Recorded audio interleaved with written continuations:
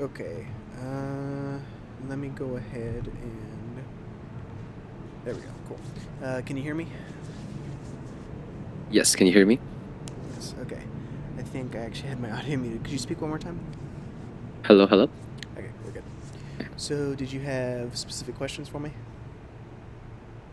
Yes.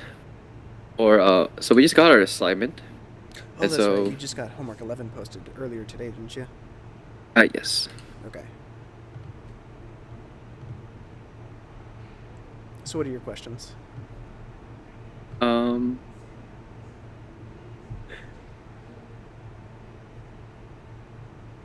I suppose, we could go with sketching a schematic, like question number 2, I believe.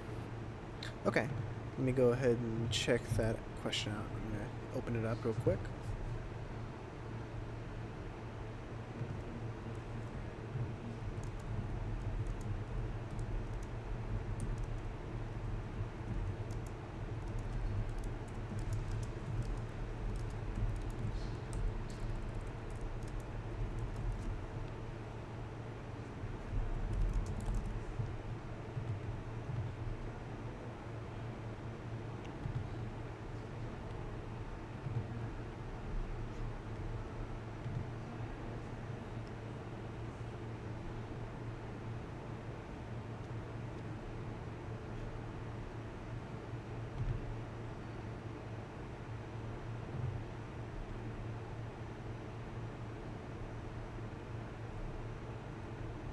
Okay, I got it. So, question number 2, which is for a sketch of a schematic for a counter. Is that the one you want to look at? Yes, please. Okay, so let's go and talk about it. So it looks like it wants you to make a 26-bit counter that increments at one by at each clock edge, and the output is just the result of the counter. So let's go ahead and talk about it. Now, just as a quick question, is a counter sequential or combinational logic? It should be sequential, Yeah, that's right. Why do you think it's sequential? because, it happens at every clock edge, right? Yeah, it happens at every clock edge. Um, Another way of thinking about it is that in order to count, you have to remember where you started. So if I'm counting 1, 2, 3, I have to remember that I'm at 3 in order to go to 4. Combinational logic doesn't have memory, whereas sequential logic does have memory. So we know that we're going to need some form of memory here, likely in the form of a flip-flop or a register. So that's going to be the basis of our counter. And I'll go ahead, I'll do purple today. I feel like purple. I'll go ahead and draw up a image of our register. And how many bits is our register going to be, according to the question? It will be 26 bits, right? It's going to be a 26-bit register. That's right.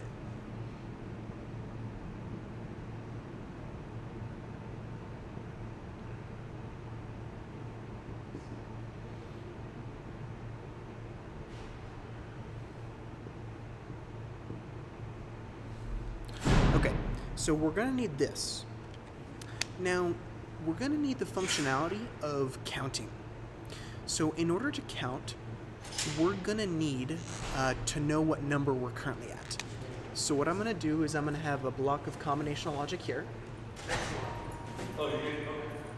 And I'll fill in what's inside this bubble in just a second. But it's going to, this combinational logic, the output of it, is going to dictate what the next value of my register is going to hold. So the output of this is going to go to the input of the flip-flop. But we also know that because it's a counter, it depends on what the current value inside the register is. So that means that the output of the register is an input to that combinational block. So now with that in mind, what actually goes in that block? What do you think?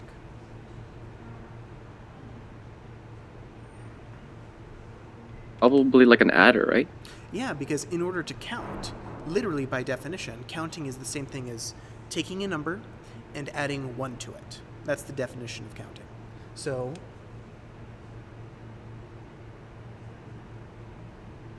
we're definitely going to put an adder, and the output of that adder is what's getting fed into my flip-flop, into my register. And one of the inputs of that adder is, well, the output of the register, the current count, the current number we're on. So I guess I can call this wire count. I can also call it current number. And that's what's being fed into the adder. Now, what do you think I should put here?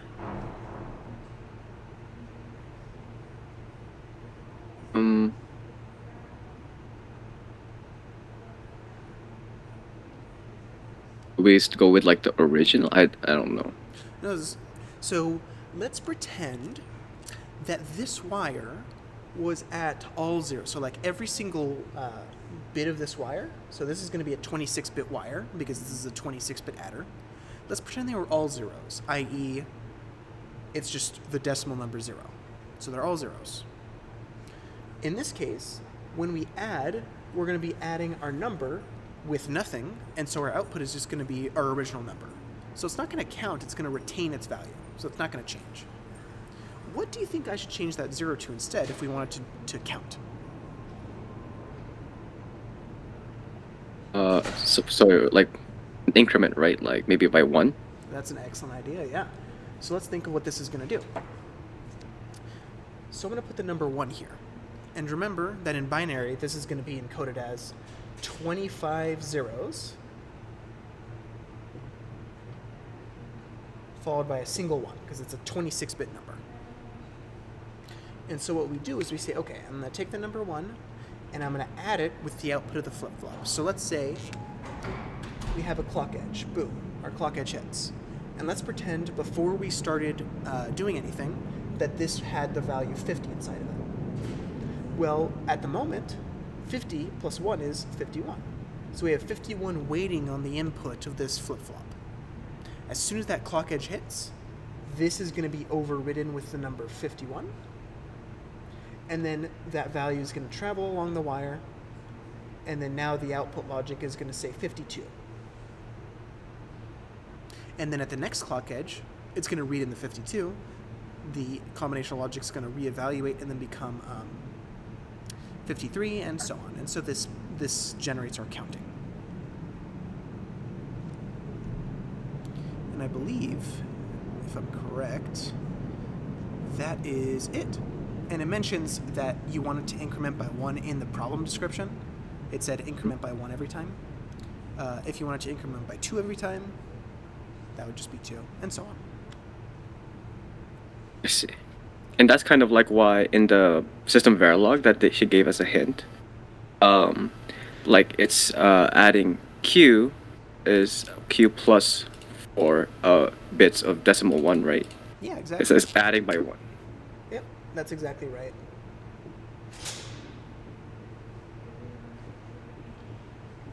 Yep, and that's exactly what it would look like in the actual in the system Verilog code. That's right. Thank you.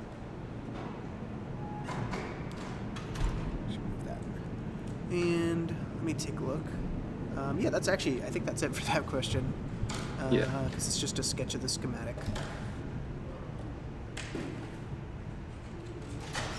Yeah. Yeah, that's right. Okay, cool.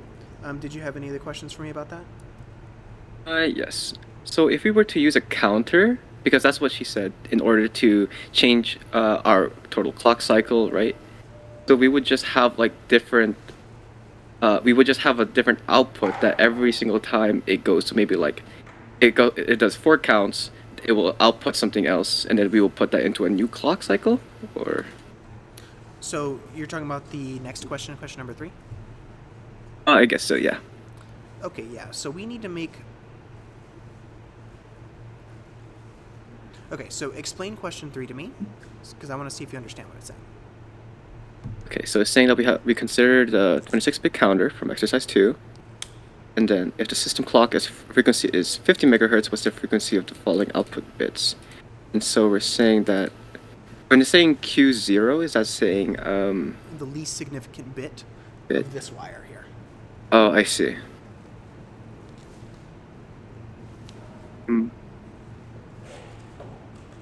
frequencies. So the clock, that would be our register.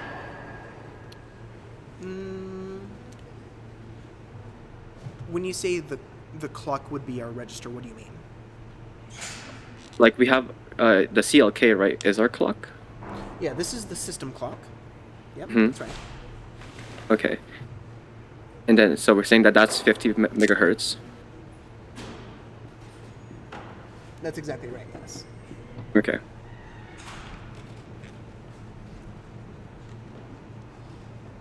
So, I have a question for you. I'm going to draw a timing diagram along with some of the bits of Q. So I'm going to start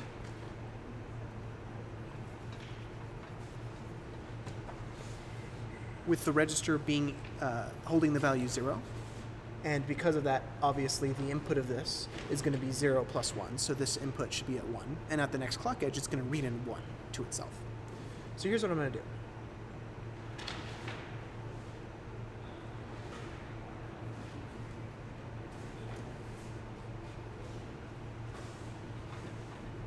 So that's my clock signal. And I'm going to draw a few things. I'm going to do Q bit 0.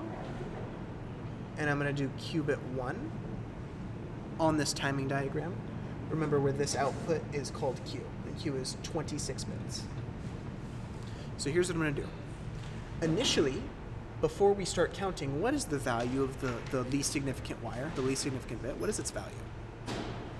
Should just be 0, right? It must be 0, because every bit is 0 inside that register. Yeah.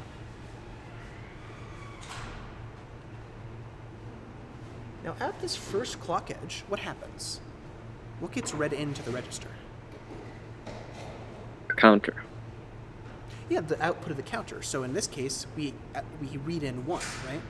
Because 0 plus 1 is 1. Mm-hmm. So after that clock edge, this is what it looks like. We have 1 inside the register, and then the next value that's going to be read into the register is 2. With that in mind, what now is the value of Q bit 0? It should be 1, right? Yeah, because if we look at the binary representation of this, it's going to be 25 zeros and then a 1 at the end. Literally, the least significant bit is going to be 1.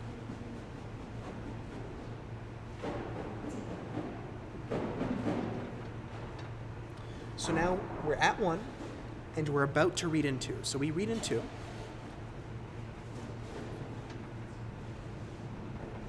On this next clock edge. So now, if you think of the binary representation of 2, what's the value of my least significant bit? It'd be 0. It'd be 0, yeah. Now at this next clock edge, what do you think the value is going to go to? Should be a 1 because it's 3. Yeah, exactly. It's going to be 1, so this is going to go up. And then at this next positive clock edge, what's going to happen? It should be a 0. Yeah, because this is going to go up to 1, 0, 0, and so this value is going to go down. Do you see a pattern here? Yes. Yes. So, all we have is a new clock signal, basically, and this clock signal has twice the period of our original one. If the period of this clock was, say, 1 nanosecond, then the period of the second clock is double that, 2 nanoseconds, because by definition, in order for it to do 1 full period, it takes 2 of my original clock cycles. So with that in mind, if the period is doubled, what do you think has happened to the frequency? I guess slower, right? Yeah, it's slower. It's cut in half. Because by definition, frequency and period are inversely related. So if you have double the frequency, that means you'd have half, or if you have double the period, that means you'd have half the frequency. So keeping that in mind, if the frequency of the clock is 50 megahertz, what would be the frequency of Q bit 0? It would be 25. 25 megahertz. Okay. We're going to go ahead and do qubit. Sorry, I think I said qubit 1. I meant qubit 0, but yeah, that's correct. Now we're going to do qubit 1. And I'm going to do the same analysis as I did for qubit 0, but I want you to tell me what happens. So I get to my first clock edge. What'll happen to qubit 1? It should turn on. Let's see. Oh wait, So I started at 0, and now I have that clock edge, and the value that I read in is 1, right? what? Yeah. So this guy, qubit 0, goes to 1. But qubit 1, the next bit, has that changed? No, it has not. It remains 0, that's right.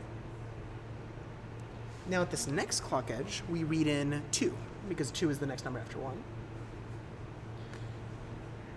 Now has qubit 1 changed? Yes. Yes, it has. So now we go up. On the next clock edge, what's the number we read in? 3. 3. And has qubit 1 has this bit changed yet? No. No, not yet. So it stays the same. And then on the next clock edge, it's going to change again because we're going to go to 4, and both these bits are going to change, and this top bit is as well.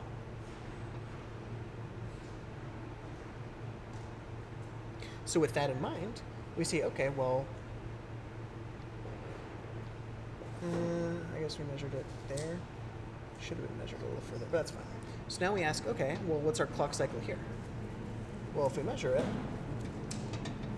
this is halfway through the bottom part of the duty cycle, and this is the other half. So in total, we have 4 nanoseconds. I would technically have to start it here, counting there, and go from falling edge to falling edge, but it doesn't really matter. This is the last half of that bottom portion, and this is the first half of it repeated on the other side. So in total, we have 4 nanoseconds for our clock time. And if I was to continue this,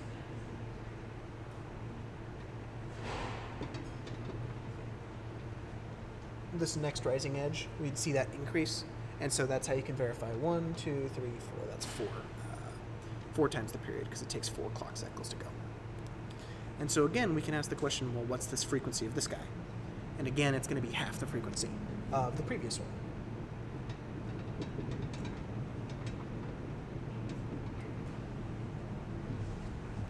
There we go. All right.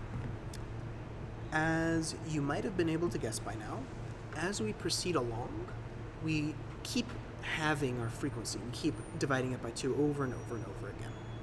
So there's a general formula for this. So if you take your clock frequency and divide it by a bunch of 2s, that's going to tell you what your new frequency is. So what I'm going to do is I'm going to go ahead and put this expression here. So 2 to the n plus 2, where n corresponds to the number of bits. So let's think. Or not the number of bits, but rather your current bit value.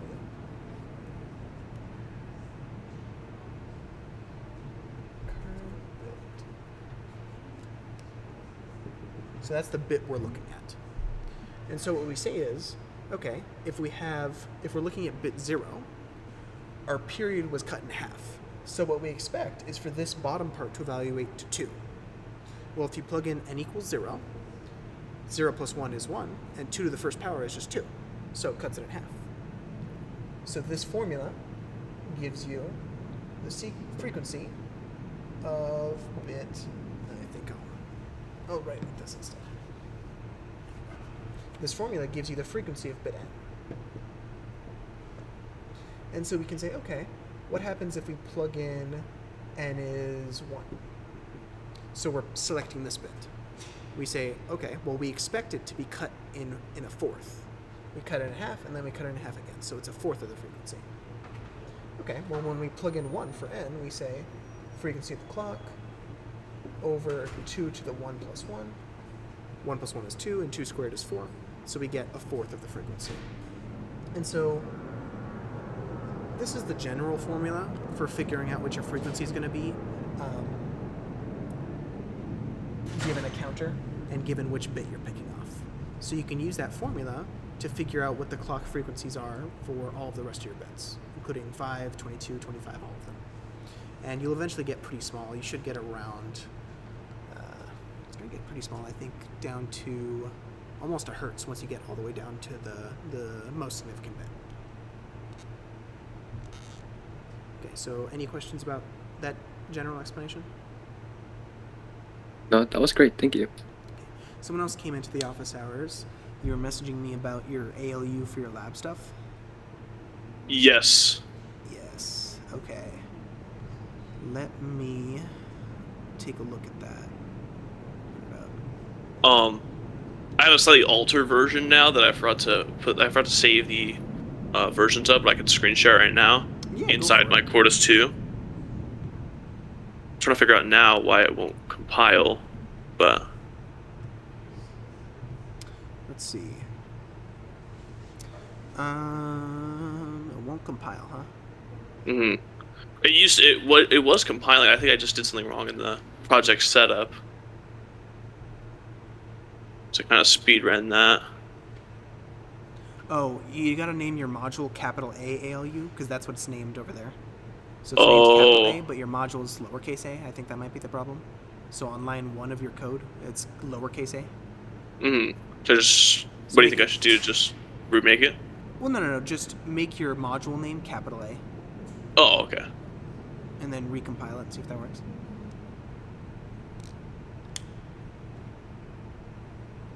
Okay, we're back to where we were.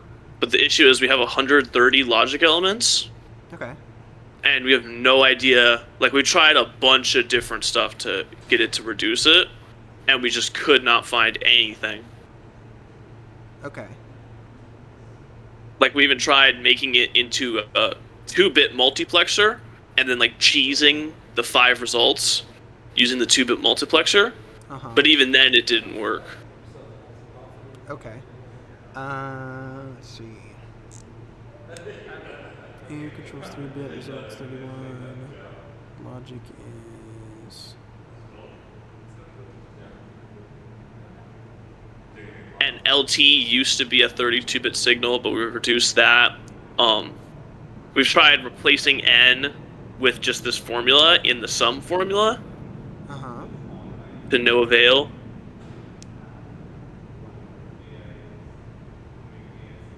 Okay. And the synthesis looks like this. Or it's, what is it? Tools, Netlist viewers, RTL viewer. We have this monstrosity.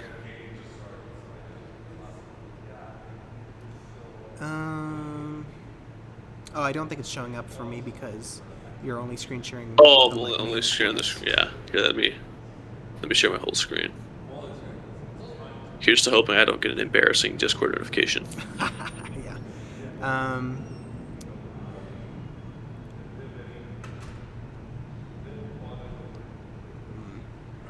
Okay, well, here's one idea. Instead of having that subtract logic, you could on line 19 and on line 20 just say A plus B, A minus B in there instead of on line 10 and 11. I don't know if that's going to save you any extra logic elements, though.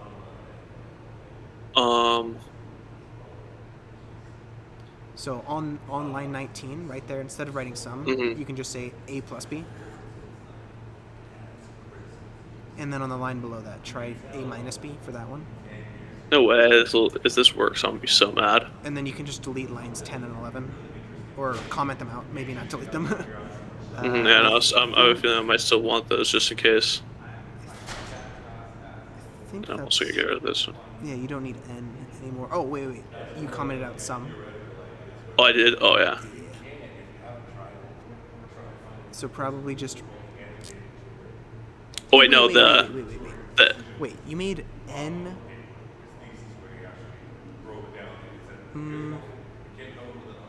Okay, I think I see what the problem was, but whatever, it's fine. Go ahead and write sum on line 8 instead of line 7, so you can comment out N as a separate thing. Okay.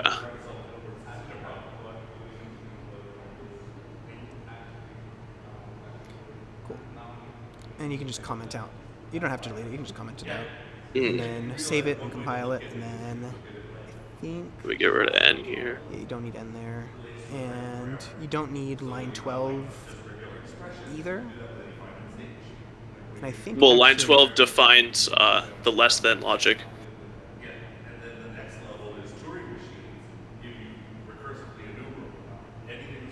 I could do this maybe.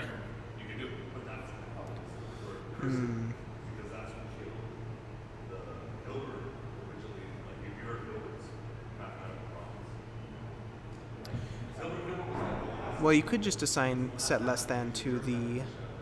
That gave us a You're lot going to more. get more logic elements for that, yeah.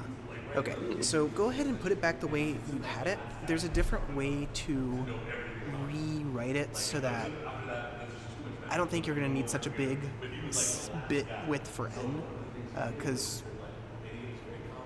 Okay, let me just go ahead and draw out what it is that you're trying to make, so you can see how to most optimally make it. Mhm. There we go. By the way, are you guys fine if I erase this stuff? Yes.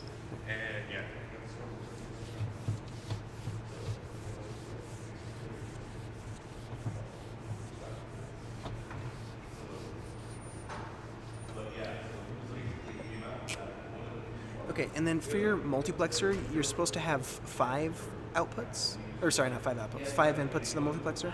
You can choose between Mhm. 5 operations. Is that right? Yes.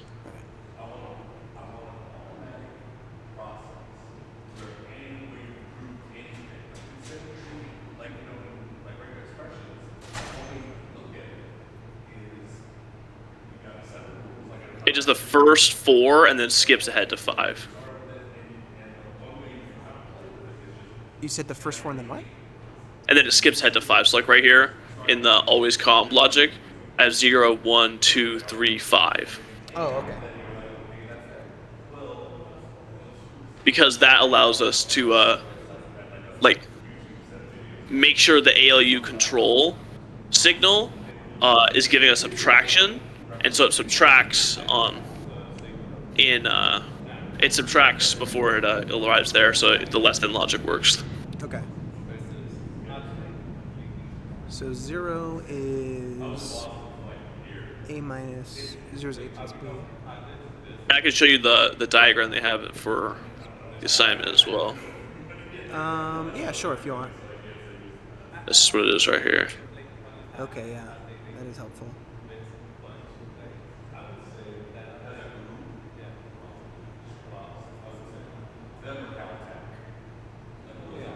Is that less than?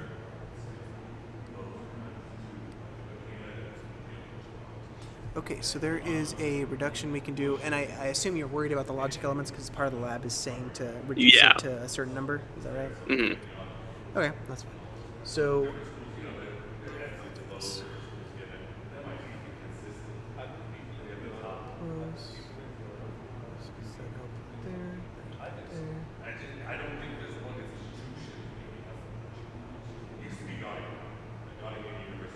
And we'll do.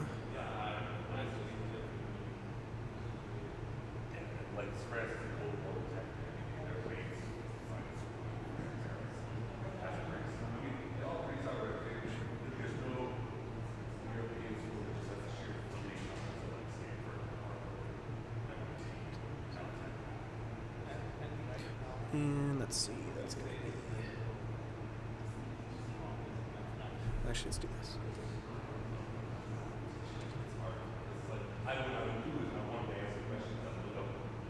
Well, I just had an idea. Pardon? Hold on. I just had an idea. I'm gonna move my coordinates to the other side, but I'm gonna that's keep fine. this on the other on here.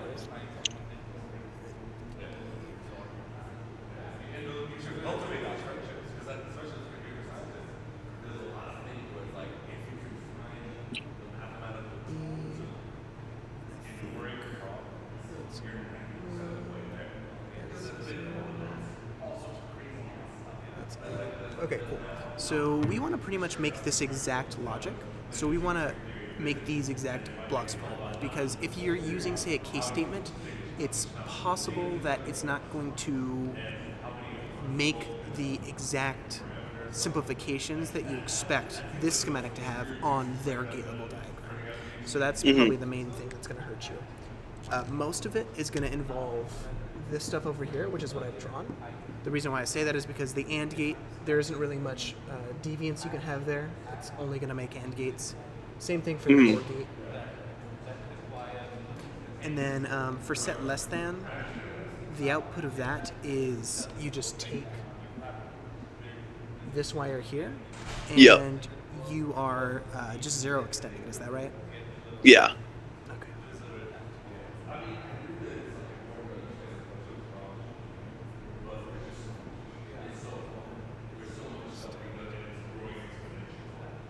Okay, so the main thing that we're concerned with is simplifying this stuff.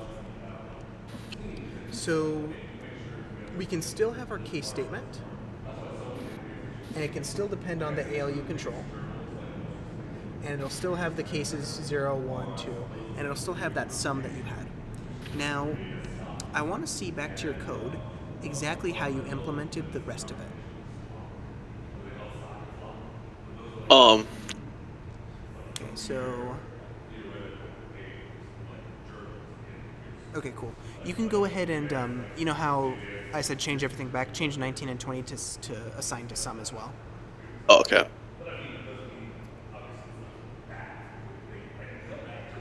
Russ, do that. Thank you.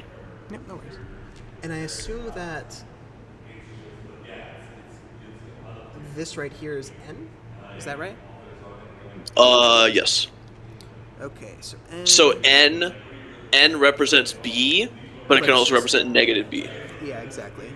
So that line 10 is where you assign the multiplexer for... If that bit is on, you make it not B, and if it's off, you make it B. So that's fine. And then A is going to be... Sum is going to be A plus B plus ALU control. That's strange.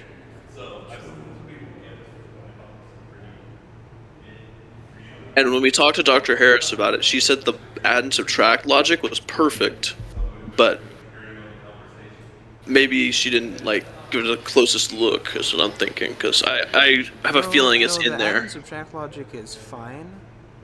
That's not the issue. No, that's fine. Some...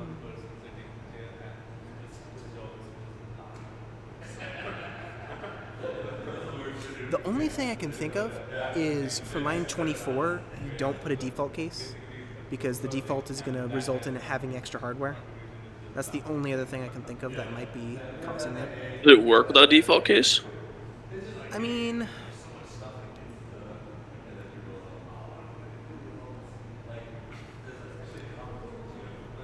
well, actually, for the default, you could probably have it default to just sum, just so that it doesn't have to remake any logic. And then we delete these. No. Or actually, you can delete them. It won't make a difference.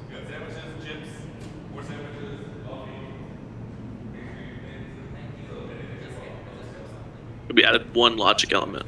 What? One logic element?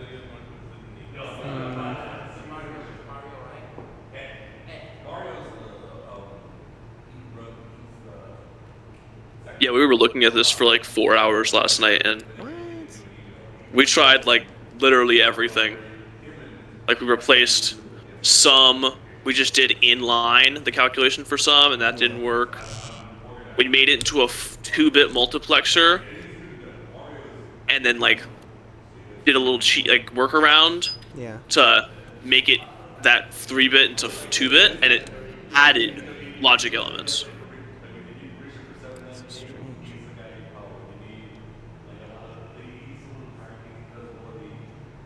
Starting to think we're just cursed. No, I don't think you're cursed. That stuff's fine. That's that is some bit 31. The only thing I can think of now is if there's some way to bypass this if statement.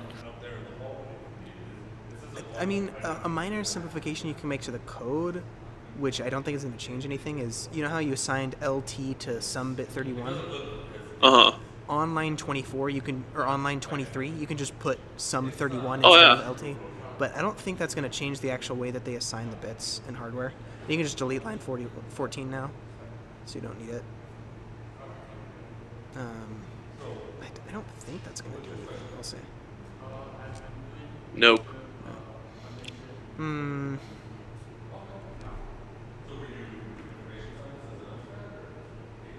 Some a ampersand a or.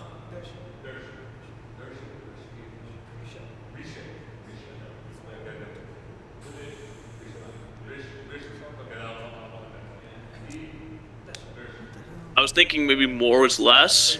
So if I added more code somewhere to like, Well, it doesn't matter. It'll- It doesn't matter in terms of length of code. What matters is what the code is going to imply in terms of hardware. Which is why I said I didn't think that's going to change anything, because what it implied, that code was just a wire. And a wire does not take any logic elements. So,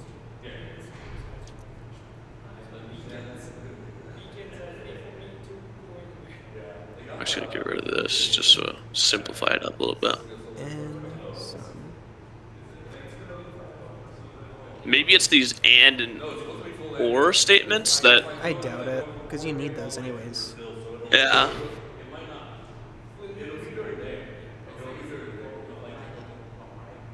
One thing that me and my lab partner did was we had 43 instead of 41. Is that we actually assigned, we created ending, oring, and then SLTing as like logic, and then we assigned that to essentially what you have with your case statement.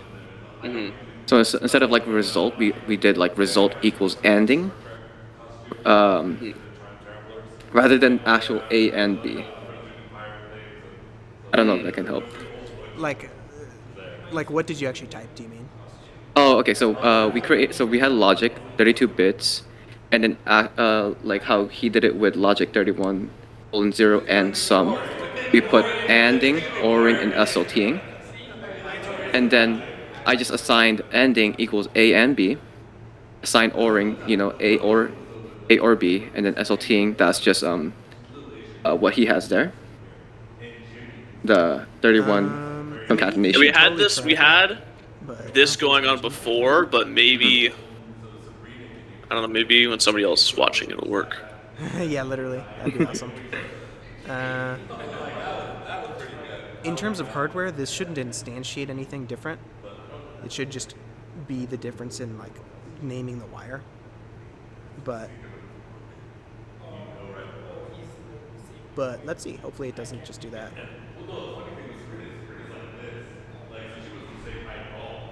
Nope.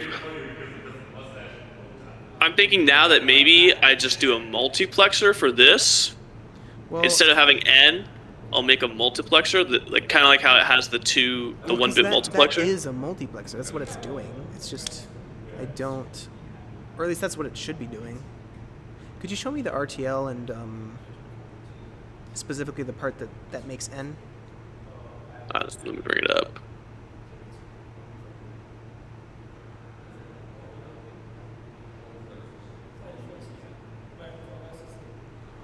Part that makes n.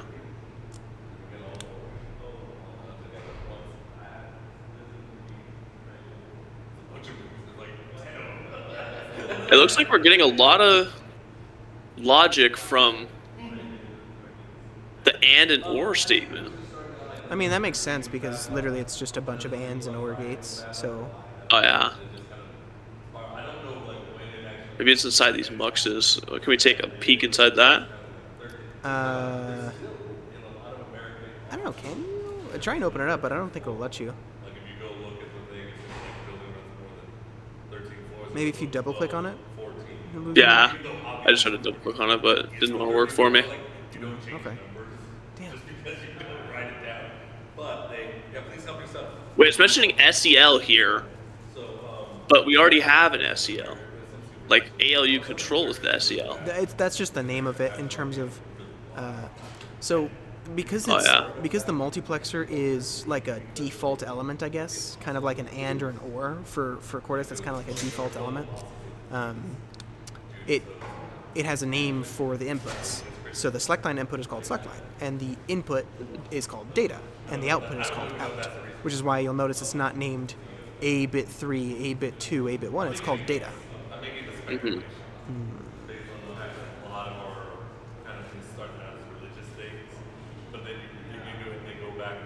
Mm.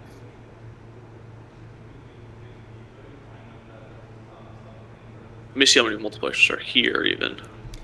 I mean, 1, 2, 3, 4, 5.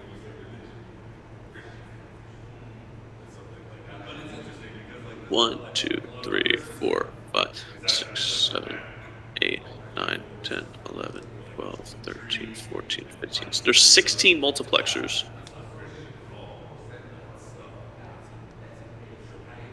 How could there even be 16 of those? Because well, it might have to do with the way that Quartus is making the what's it called?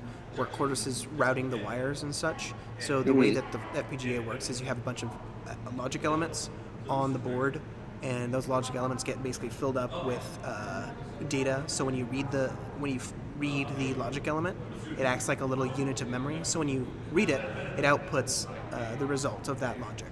So if you read 0000, you can think of like a truth table. When you enter in 0000 to a truth table, it outputs whatever the output wire is. And so basically, it's just a bunch of customizable truth tables. It's possible that, the size of the lookup table, maybe it's 4 bits. You have to break up the multiplexer. Instead of being 32 bits, it's a bunch of 4-bit multiplexers, that kind of thing.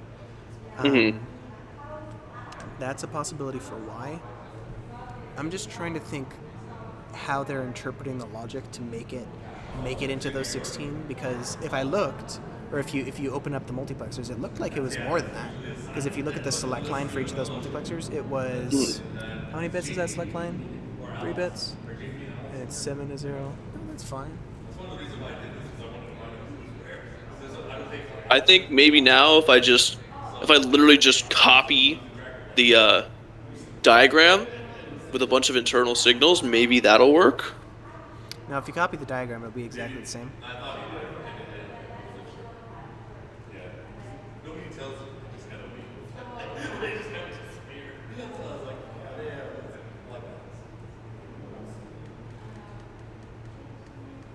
Shit, man.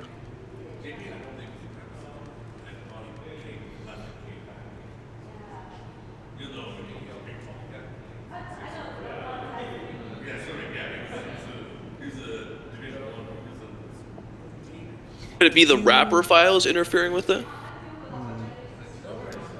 Maybe, if you want to look at the wrapper file. I don't think that's the problem. I have no idea where you find the wrapper file. I included it, but I didn't. Well, I mean, wait, no. You don't even need a wrapper file because there's no. You're not downloading this to the FPGA yet, so you don't need a wrapper file. You're using the correct FPGA, so that's not a problem. ChatGPT said a lot of wrong answers as well. Yeah, that sounds were about attempts right. at it. Yeah, that sounds about right.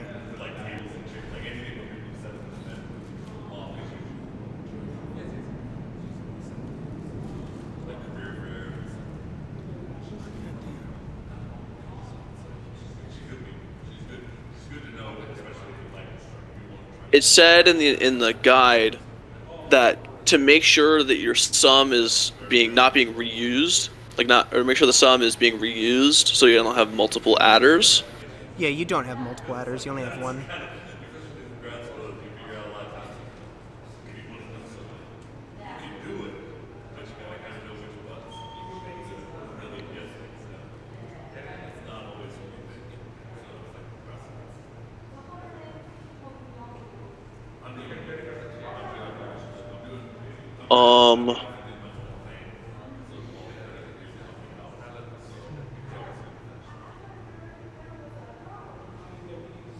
I'll just try maybe just doing this.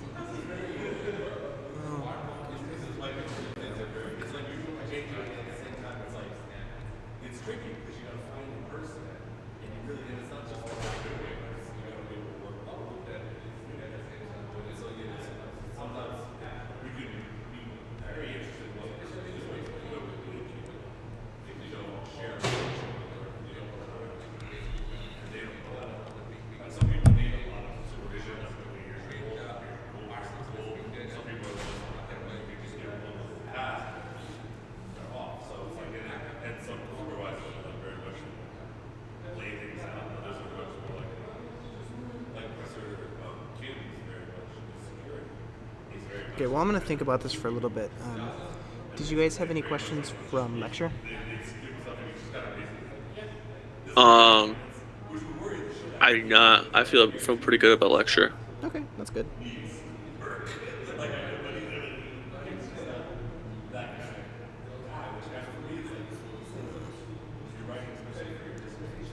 Oh, I missed this.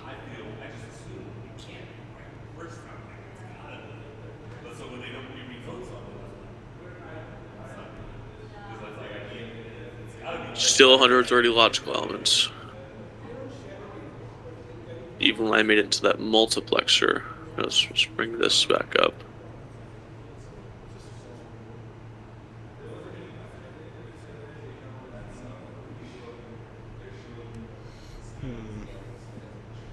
Counters, counter wrappers.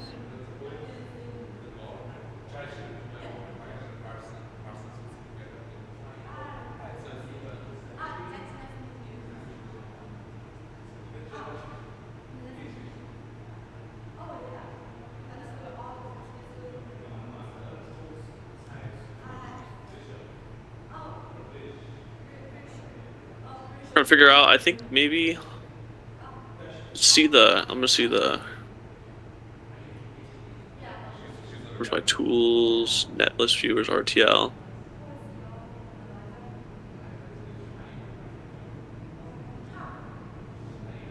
Where are these going? Why are ANDer and OR taking up so much space? Well, it's just because there's no way around it. You have a 32-bit AND gate, which literally is 32 AND gates and 32 OR gates, so you can't, avoid that. How many logic elements are you expecting to have? It's supposed to be at, let's see. Give me one sec. I'm looking at the file right now.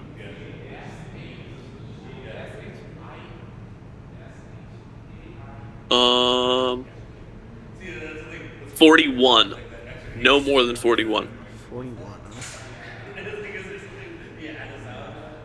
If you use more carefully, view the ALU schematic and make sure you have not used more hardware than necessary. Specifically, make sure you reuse the adder for multiple functions. I did do that. Speaking of which, where even is the adder in your RTL? I didn't see it. I know. I was also thinking that. I was like, where the hell is the adder? It just does things, I guess. Maybe that's why, because we don't have an adder. Well, if you don't have an adder, that would be even less hardware. I don't think that's the problem.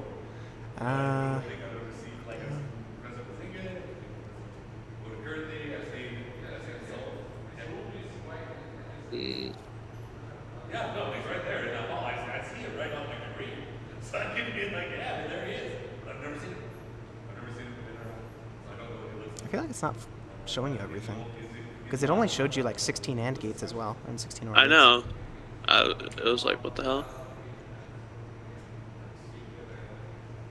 I used to, like, we had a parallel, the driving parallel computation. Could it be in seeing certain numbers as hex instead of binary? I don't think so. It's an interesting pair. We actually have, like, a Cherry Orchard supercomputer in SED, and the department does nothing to teach Huh. us. Like, I was, like, when I first got here, I remember, like, what we have for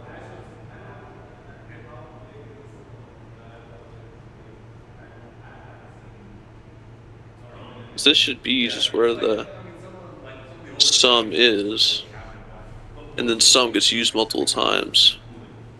Like, a lot of them are, like, liquid cooled and stuff. So it's like a lot of the actual space is just cooling to get it down.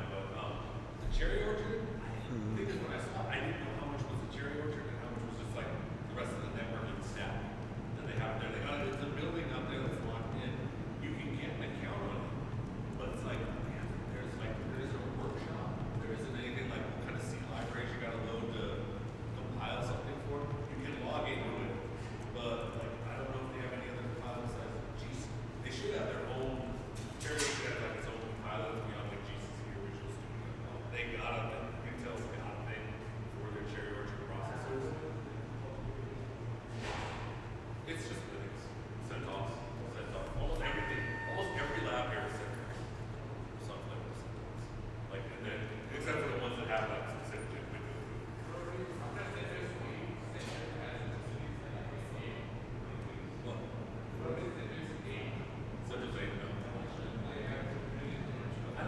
maybe I just like actually just make an adder. You can try, Like instead of adding them. but I don't think that's gonna work because on. So the idea, you have is a good idea, but on the FPGAs, they have dedicated hardware for adding and multiplying and stuff. So you're just going to end up using more logic elements because they have specific circuits to carry out addition because it's such a common operation. Man, fuck. Um.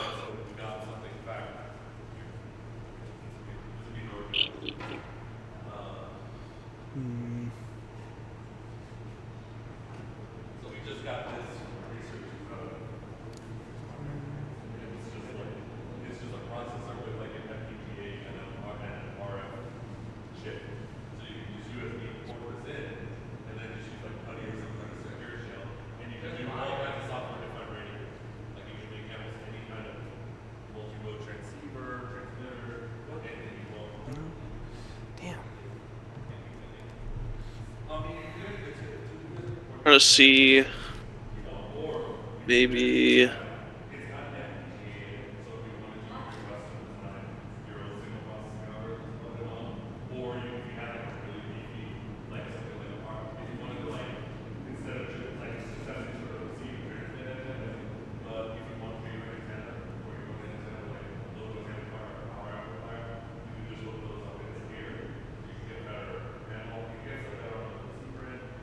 Maybe because the ALU wrapper is not the top file. It says that in the instructions. Compile the project, then debug, recompile as necessary.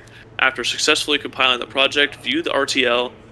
You should see the following as a top level module, and it's ALU underscore wrapper.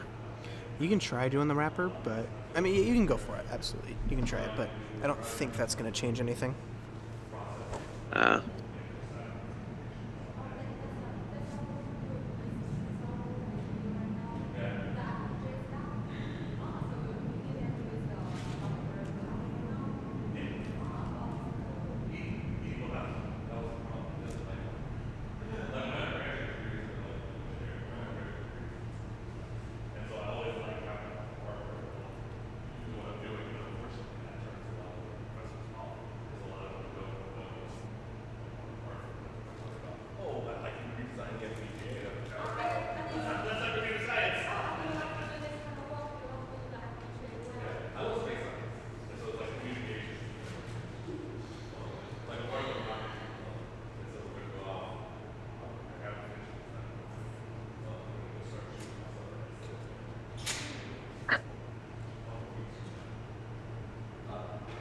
Here's the wrapper,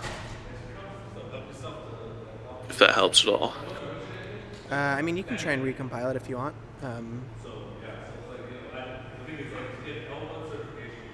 Nope. Though I will say that it's not going to read your wrapper as your top level module because you didn't name the project after your top level module. Your project is named ALU, but your top level module is ALU wrapper. So How do I change the project name? Do you know? I think if you go to edit, you can change some of the stuff for the file, but or for the project, or sorry, under the project tab. My apologies. It'll be under the project tab at the top instead of edit. Oh, project. Okay. Yeah, so I think you can change some of the stuff in there, but I don't know if it'll let you rename the entire thing. No. Maybe I'll just retry it as. Yeah, if you want, you can try it again. There's my CS:GO market. Don't mind that. Don't worry, it's gonna be recorded. Boom. Okay, well, while you're doing that, Good Noodle, did you have any other questions for me? Yeah, that's a simple one. When it says in the homework that we should use a write high level, does it want us to use C, or can we use any other programming language? Anyone, you should probably use C, but if you want, you can email her and ask her if you can use, like, Python or something. Oh, okay. But probably C is what she expects. Mm-hmm. Thank you. Yep. Aside from that, I don't really have any questions. Okay. Yeah, I'm just really interested in how you can get this down to 130.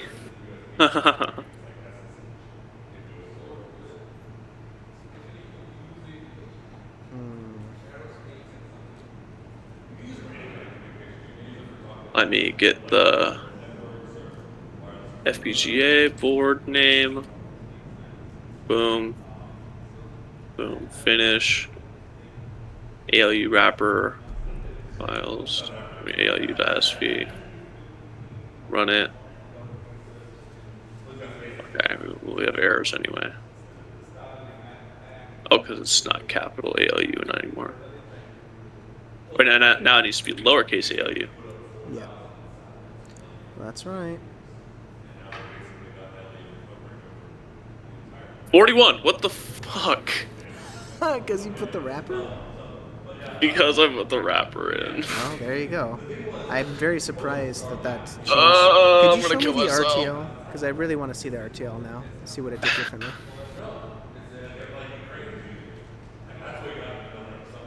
Oh, it's not finished. Sorry, it's not finished. You gotta wait. Yeah. That's so fucking strange. What?